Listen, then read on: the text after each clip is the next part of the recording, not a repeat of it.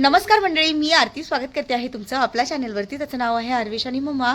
मंडळी, आज आम्ही आहोत घरी आणि विशाल नाईट करून आले आहेत आणि त्यांना सेकंड शिफ्टला जायचं आहे. आत्ता वाजले आहेत बरोबर 12 आणि घरातलं आवरायचं काम चालू आहे. आरविश पण आला आहे स्कूलमधनं. विशाल त्याला इथनं घेऊन आले आत्ताच जाऊन आणि आरूला लागली आहे भूक, त्यामुळे त्याची थोडीशी रडरड चालू आहे. आरू काय रे, काय झालं? नाही बोलायचं पण का, काय झालं? आरू काय झालं? भूक लागली? बरं, हे खेळणी का अशी काढून ठेवलीत सगळी? आ काय माहिती? ओके ठीक आहे. पालक डाळ केली. तुम्हाला परत जायचं ना सेकंड शिफ्टला? ठीक आहे, चालेल. आत्ताच विशाल आले, आवरले त्यांनी. आणि हो, हा बेड आम्ही या साईडला घेतले, त्याचं कारण तुम्हाला थोड्याच वेळात सांगेल मी. तर स्वयंपाक माझा करून झालेला आहे. मस्त पालक डाळ बनवली आहे, चपात्या आहेत आणि भात. असं आमचं दुपारचं जेवण असणार आहे. पहिले आरविशला जेवण वाढवून देते, नंतर बाकीचं पुढे बघू काय करायचं आहे ते. चला. इकडे आहे पालक डाळ आणि आहेत चपात्या. आता हे दोघांना देते जेवण. मी वेपर्स फ्राय केलेत आणि कोणीतरी लगेच खुश झालं वेपर्स फ्राय केले तर. म्हणजे जेवण करताना मला म्हणजे ती पालक डाळ वगैरे एकदम छान झालेली आहे आणि जेवण करताना मला असं मनात विचार आला की त्यासोबत काहीतरी असं तोंडी लावायला काहीतरी पाहिजे. पापडाची आठवण येत होती, पण मी म्हटलं जाऊ दे, आरती थकली वगैरे असं म्हणून तिला काय बोललो नाही. पण मला माहित नव्हतं की किचन मध्ये वेफर्स फ्राय करते. आणि जेव्हा ती समोर आली तर माझ्या समोर एक प्लेट होती. खूप झालो ते बघून अचानक. तुम्हाला खूप छान वाटलं, थँक्यू सो मच. ओके, चला जेवण करा. अरे कालचा पिक्चर राहिला ना अर्धवट, तो बघायचा आहे मला पण. मी पण आले. चला. हे बघा मंडळी, बाहेर ना ऊन पावसाचा खेळ चालू आहे. मध्येच ऊन पडतं, मध्येच पाऊस पडतो आणि कपडे सुकवायला टाकले ना की कपडे सुकतच नाहीत अजिबातच. सारखा ऊन पावसाचा खेळ चालू आहे बाहेर. आणि माझी तर ठीक आहे, पण वधूची मम्मी आणि पियुषची मम्मी खाली इकडे कपडे सुकवतात आणि पाऊस आला का लगेच पळत पळत येतात बिचाऱ्या, पावसात कपडे भिजावं नाही म्हणून. पियुषच्या आजी तिथनं बघते ना, नेले का परत आतमध्ये कपडे? हा ना, आज सारखं ऊन पडतंय, पाऊस ऊन पाऊस चालू आहे ना. असं तरी बरं आहे. काय असं बरं आहे? धावपळ होते ना मग, कपडे एकतर सुकत नाही काय नाही. तरी आपण ह्यासी मध्ये रस्सी बांधलेली आहे कपडे सुकवण्यासाठी, ही बांधली आहे. आतमध्ये 2 रस्सी बांधून ठेवलेल्या आहेत. मंडळी, कपडेच सुकत नाही आणि मग खूप प्रॉब्लेम होतो. तरी मी ही दोरी बांधलेली बाहेर कपडे सुकवण्यासाठी. घरामध्ये म्हणजे तो जो बेडरूम आहे तिकडे 2 दोरी बांधलेल्या आहेत कपडे सुकवण्याला. कारण मग कसं आहे, तिकडे फॅन चालू असतो 24 तास आणि फॅनच्या वाऱ्यामुळे कसं हवेमुळे कपडे सुकून जातील. ती तुळस आपण या साईडला घेतलेली आहे. तिकडे ताडपत्री बांधली ना या बाजूला,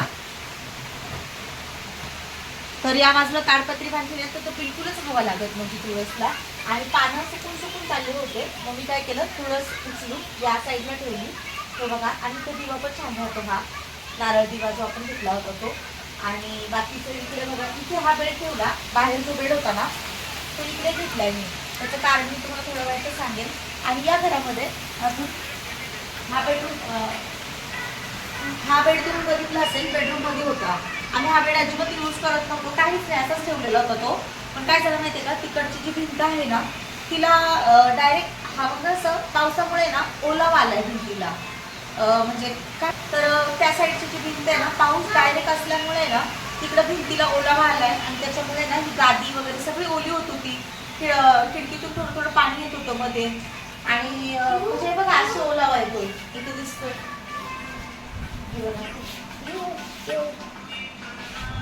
असं तिथं पूर्ण भिंत ओली झालेली आहे पावसामुळे. म्हणून मी बेड इकडे घेतला या रूमला. आणि कसं आहे, म्हणजे पावसाळ्यात उठायला बसायला इथे बसायला बरोबर आहे हा, म्हणून मग मी इकडे घेऊन टाकला. झोपायला आम्ही खाली झोपतो अजूनही. आणि अजून म्हणाल तर पूर्ण ओलं ओलं असतं होते. पूर्ण एक घर आहे ना, लिकेजचा खूप जास्त प्रॉब्लेम देत आहे. आणि ही भिंत बघाल पूर्ण ओली आहे. इकडे असे कपडे सुकवायला सगळं कपडे सुकवायला सगळं करून ठेवलेले आहे मी या साईडला. आणि या साईडला पण दोरी बांधलेली आहे कपड्यात. हा जो बेडरूम आहे तो पूर्ण मोकळा केलाय आणि यामध्ये इथून पाणी यायचं, त्यामुळे ना पूर्ण बेड खराब होत होता.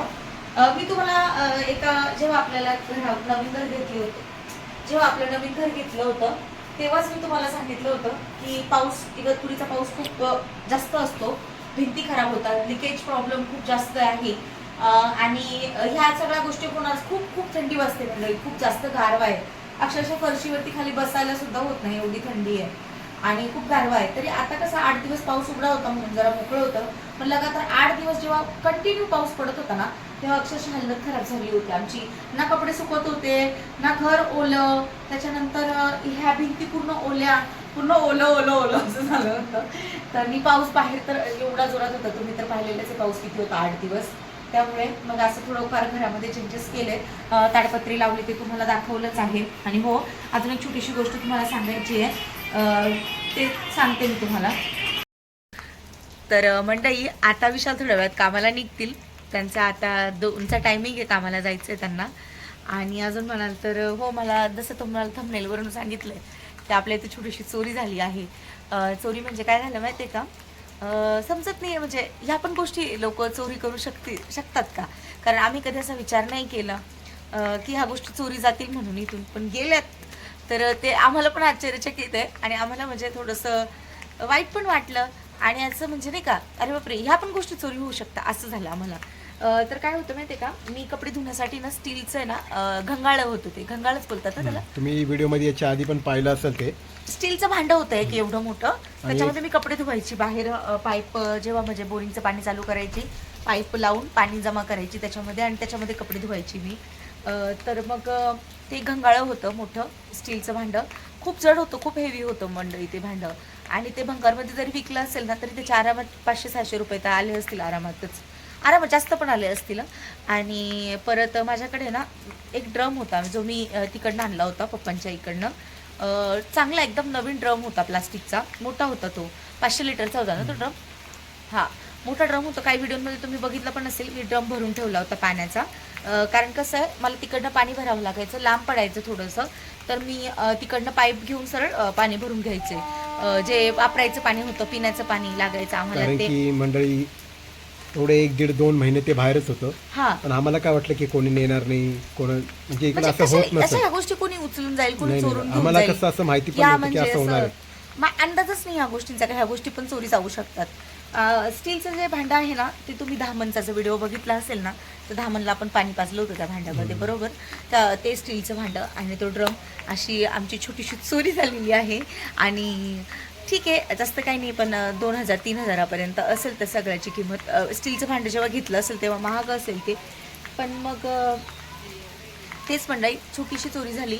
असं वाटतं की ह्या पण गोष्टी चोरी जाऊ शकतात का. मग आम्ही काय केलं माहिती आहे का, बाहेर आपला कॉट म्हणजे हा जो बेड होता ना, तो घर मालकाचाच आहे, पण कुणाची पण नुकसान न व्हावं म्हणून मग आम्ही काय केलं, तो बेड पण आम्ही आतमध्ये ठेवून घेतला आहे. आणि आता ना एवढी भीती वाटते मी तर राहायची, खरं सांगते तुम्हाला. कसं आहे, विचू काट्याची म्हणजे सापांची तर भीती आहेच इथे, काही किडे वगैरेंची पण भीती आहे, आणि परत हे पण असतं.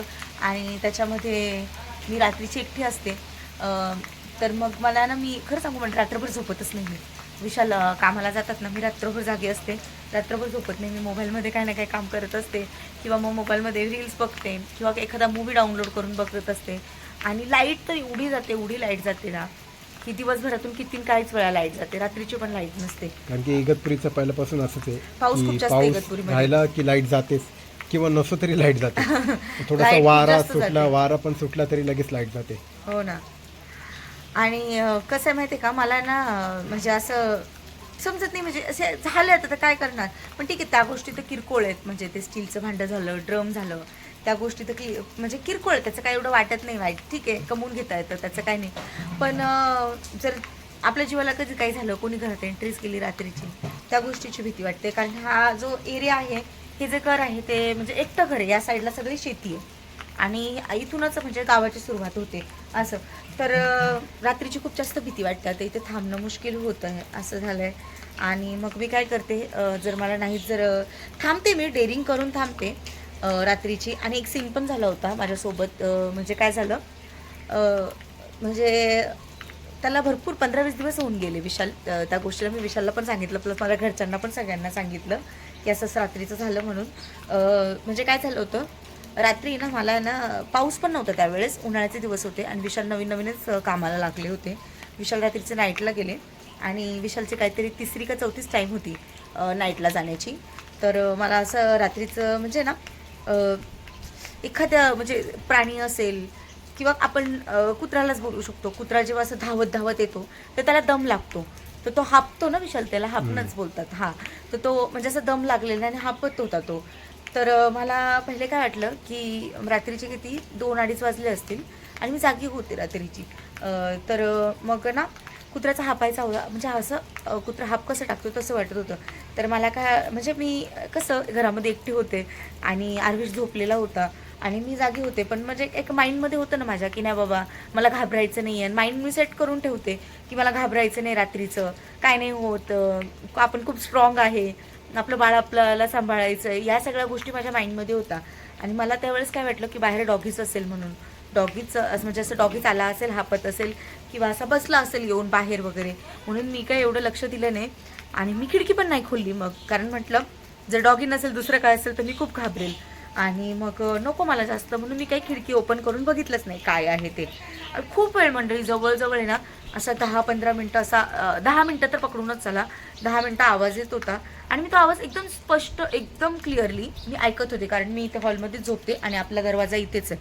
तर मी एकदम क्लिअरली तो आवाज ऐकत होते आणि मला वाटतं पण आहे की बाहेर कोणीतरी आहे बाबा, कोणीतरी म्हणजे एकतर डॉगी असेल किंवा मांजर असेल असं माझ्या माइंडमध्ये. आणि घाबरायचं नाही, एकदम स्ट्रॉंग राहायचं हे पण माझ्या माइंडमध्ये. मी घाबरली नाही, अजिबात घाबरली नाही. आणि मी काय नाही, तो आवाज बंद झाला, मी थोडा वेळ मोबाईल बघितला आणि जशी जशी पहाट म्हणजे 4-4:30चा टायमिंग झाला तेव्हा मला झोप लागून गेली. सकाळी विशाल कामावरून आले, मी विशालला ती गोष्ट सांगितली पण नाही, मी विसरून पण गेली मंडळी, माझ्या लक्षात पण नाही. पण दुसऱ्या-तिसऱ्या दिवशी ना मी इकडे ना आमच्या म्हणजे जो दूध देतो आपल्या घरी तिथे थांबली होती, ते आमच्या नात्यातच आहे, तिथे मी थांबली होती. म्हणे आरती म्हणे सांभाळून राहा म्हणे रात्रीचा आहे ना, काल रात्री 2:30-3 वाजता आहे ना बिबट्या आला होता. तेव्हा म्हणलं मी एवढी घाबरली, रात्रीची माझ्या हातावर अंगाला काटा येतो, एवढी घाबरली तुम्हाला काय सांगू की हा डॉगी नव्हता. आणि खूप वेळ मला असं वाटतं त्याला वास वगैरे लागला असेल, माणसांचा वास लागतोच ना या प्राण्यांना, ते त्याला वास वगैरे लागला आणि तो इथे येऊन गेला आपल्या इथे. पण मग कसं आहे की मंडळी इथं भरपूर कुत्रे पण आहेत आणि तुम्ही भरपूर वेळा व्हिडिओजमध्ये पण पाहिलं असं की बिबट्या वगैरे असे डायरेक्ट शिकार करतात, ते कुत्र्यांवर पहिले करतात आणि कुत्रे इथे जास्त असल्यामुळे त्याच्यामुळे पण ते त्याच्या वासाने पण इकडे आले असेल. हो. आणि मंडळी जेव्हा मला त्या मोहिती आईंनी सांगितलं की आरती म्हणे रात्री 2-2:30 वाजता ना बिबट्या येऊन गेलाय म्हणे, पोराची खूप काळजी घ्या, अजिबात रात्र झाली की बाहेर नाही निघायचं म्हणे, घरातच राहायचं. मग लोकांनी बघितलंय तेव्हा म्हणलं मी एवढी घाबरली म्हटलं. मग मी म्हणजे पप्पांना पण सांगितलं, बाईंना पण सांगितलं, विशालला पण सांगितलं. मला पप्पा तर म्हणतात रात्रीची राहूच नको, इकडे निघून येत जा म्हणून तू. पण मग मी तरी पण डेअरिंग करून राहते, पण असं काय असं मी झोपतच नाही म्हणते रात्रभर. एकदा दिवसभर आमचे महत्त्वाचे कामं वगैरे सगळे चालू असतात, ती धावपळ असते आणि नाईटला विशाल कामाला जातात तर मी अजिबात झोपत नाही. आणि हेच मला तुम्हाला सांगायचं होतं की आपली छोटीशी चोरी पण झाली आणि त्या दिवशी रात्रीचं मेन म्हणजे बघा डॉगी होता का बिबट्या होता मी हे पाहिलं नाही माझ्या डोळ्यांनी, पण खूप वेळ मंडळी आणि नाही का म्हणजे दम लागतो, हापतं, तेव्हा आपण टी व्हीमध्ये वगैरे बघितलेलं आहे ना, तर तो प्रकार तसा सेम आवाज होता तो. आणि बस. पण मग नंतर मला तेव्हा नाही भीती वाटली, पण जेव्हा मला त्या मोहिती आईंनी सांगितलं तेव्हा मी खूप घाबरली.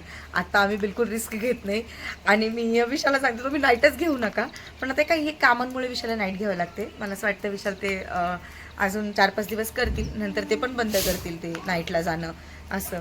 तर ठीक आहे मंडळी, चला ह्या सगळ्या गोष्टी तुमच्यासोबत शेअर केल्या आणि व्हिडिओ आपल्या आता रेग्युलर करण्याचा आम्ही प्रयत्न करतोय. बट भरपूर काही चेंजेस केलेत, भरपूर काही गोष्टी घडल्यात, त्या हळूहळू तुम्हाला समजतीलच. तर मंडळी व्हिडिओ आवडला असेल तर व्हिडिओला लाईक, शेअर आणि सबस्क्राईब करायला अजिबातच विसरू नका.